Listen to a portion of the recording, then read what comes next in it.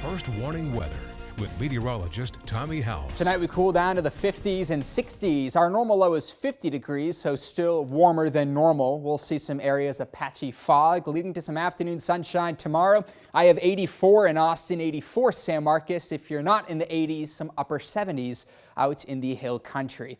Muggy meter shows humidity builds back in tomorrow, Tuesday, but notice it drop Wednesday, Thursday, Friday. We'll talk about our next weather maker in just a minute. Our rain chance isolated. You could get a sprinkle. Most here in the 15 counties in central Texas won't. By Tuesday into Wednesday, though, that will likely change. This upper level low, that same system that brought us some rain on Saturday, yesterday, that will track slowly east as we work through the next few days, bringing the proper thunderstorm fuel and the lift for some showers. It's not going to be a complete slam dunk, but we're hoping for some more accumulating rainfall. Right now, just some pockets of light showers down toward Caldwell and Bastrop or dry in Travis County.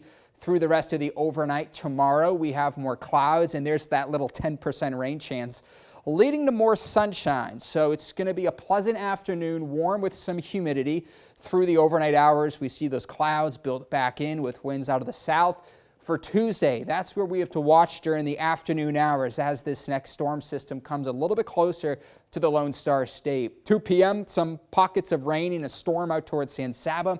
Overnight, we'll see a line of some sort of convection storms that could be severe. We'll get to the severe risk too, but this is 10 p.m. And keep in mind, this will change, but we do know Tuesday night, that's going to be the best chance for some sort of heavy thunderstorm. Here's midnight into Wednesday. Notice the pockets of the yellows and the orange and the red. That's heavy rain that could turn severe through your Wednesday, 3 a.m. Still seeing some light rain that will continue. Wednesday morning, the drive to work. I know it's several days out, so some changes are expected, but something to watch. That commute could be soggy.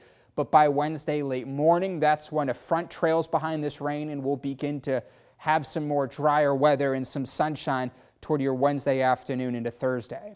So the severe weather risk for Tuesday itself, we have a level 2 out of 5 for several counties west of I-35, level 1 out of 5 through the I-35 corridor, and not severe for our eastern counties, Milam, Lee, and Fayette. Rainfall totals. It's going to be like Saturday, where we had 4 counties here yesterday pick up over an inch, while others 1/10 of an inch, 2/10 of an inch. I have 1/4 of an inch to 3/4 of an inch.